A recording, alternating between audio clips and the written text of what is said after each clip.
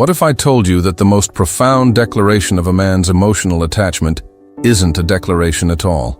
It isn't found in the grand, sweeping gestures that are so often celebrated, nor in the carefully curated compliments that feel good but barely scratch the surface of true recognition. What if the ultimate evidence of his soul being anchored to yours is found in a subtle, almost imperceptible shift in the very texture of his language?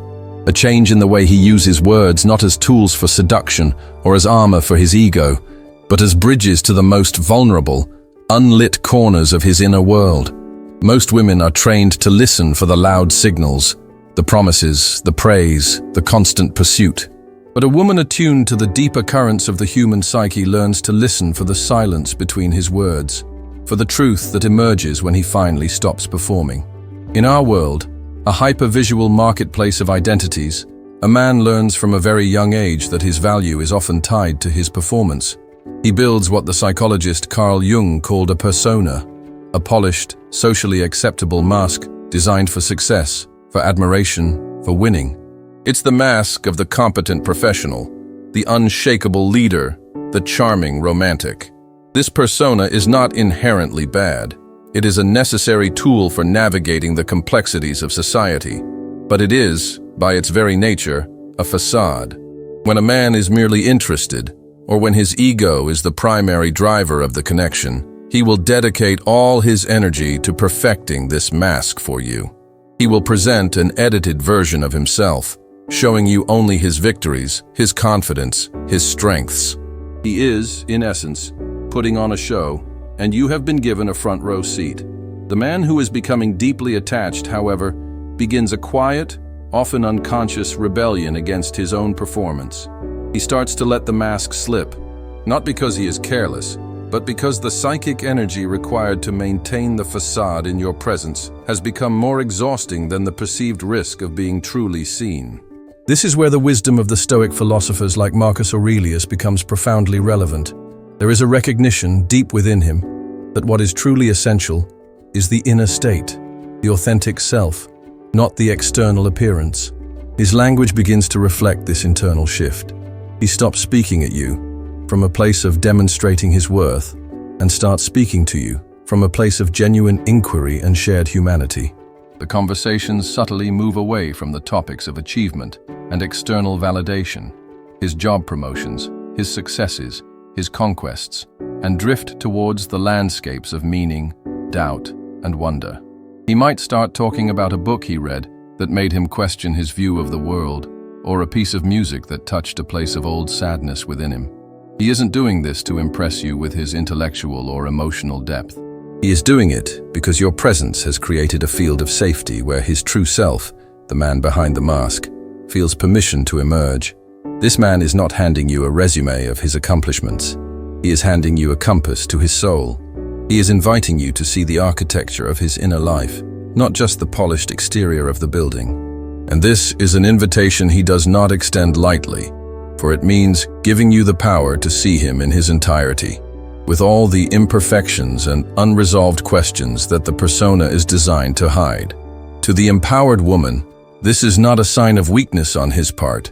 It is the ultimate sign of his strength, the courage to value connection over control and authenticity over admiration. He is choosing to be real with you, even if it means being less than perfect. He is betting on the fact that you have the depth to love the man, not the mask. This journey into authenticity finds its most potent expression when a man begins to speak the language of his integrated shadow. The shadow, in Jungian terms, is the repository for everything we have disowned about ourselves, our failures, our shame, our perceived ugliness, our deepest fears. For most of his life, a man is at war with his shadow, trying to repress it, deny it, and hide it from the world, and especially from the women he desires. A man who is still performing for you might allude to a past mistake, but he will frame it as a triumphant story of overcoming, with himself as the hero. It is another form of performance, but the man who is forging a deep attachment speaks of his shadow differently. He does not speak for pity or for absolution. He speaks from a place of quiet, hard-won integration. He might share a story about a time, perhaps in his late 20s, when his arrogance led to the collapse of a meaningful friendship, or how his fear of failure caused him to abandon a creative project he once loved. Listen, not to the story itself, but to the tone in which it is told. There is no self-pity. There is no lingering bitterness. Instead, there is a kind of calm, stoic acceptance, what the philosopher Seneca might recognize as a sober understanding of human fallibility. He speaks of his past failings not as open wounds, but as scars that have taught him something profound about the human condition and about himself. He is not saying, "Look at how broken I am. Please fix me." He is saying, "This is a part of my journey. This is a place where I was humbled. This is how I learned compassion." This is deeply connected to the contemporary understanding of trauma and self-worth. A person who is still actively traumatized by their past often speaks of it with the raw, chaotic energy of an event that is still happening. But a person who has done the work to integrate their trauma can narrate their story from a place of safety in the present. They can acknowledge the pain without being consumed by it. When a man is able to do this with you, he is offering you an extraordinary gift of trust. He is demonstrating that he has built a strong enough sense of self-worth that his value is not diminished by his past mistakes. He trusts you to have the emotional maturity to hold the complexity of his story, to see that his past does not define him, but has, in fact, informed the depth and wisdom he now possesses. He might say something like, "I carried a lot of anger for years after my father left, and it made me push people away. It took me a long time to realize that the anger was just a cover for the hurt." This isn't a confession looking for a therapist. This is a map of his emotional landscape. He is showing you where the dragons used to live, and how he learned to speak their language. He is letting you see the alchemy of his soul, how he has learned to turn the lead of his pain into the gold of his character. He is trusting that you will not see him as damaged goods, but as a man who has had the courage to walk through fire, and is now willing to show you the strength he forged in the flames. And if this way of thinking about connection, this deep dive into the soul's language, resonates with that quiet, knowing place inside of you, the part that has always sensed there was more to love than what the world shows you, then maybe this space we are creating here is a space for you. This isn't just a channel, it's a conversation.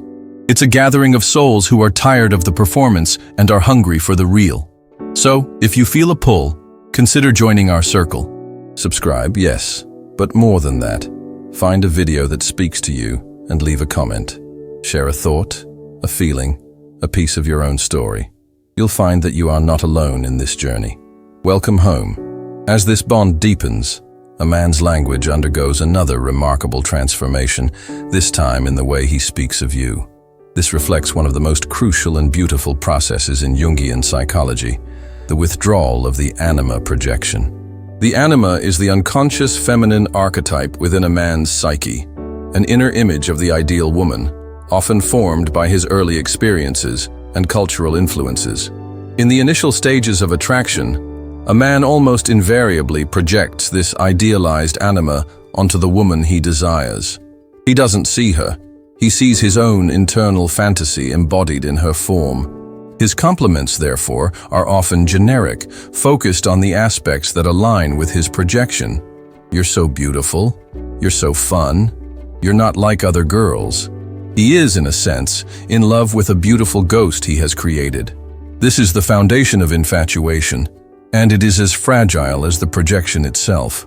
When the real woman inevitably emerges, with her own complexities, needs, and shadow aspects, the projection shatters, and the connection often dissolves. But for the man whose attachment is becoming real, something miraculous happens. He begins the sacred work of seeing past his own projection. He pulls back the shimmering veil of his own fantasy and dares to look at the real woman standing before him. And he is not disappointed. He is captivated. His language then becomes a testament to this deeper seeing. His observations of you become breathtakingly specific.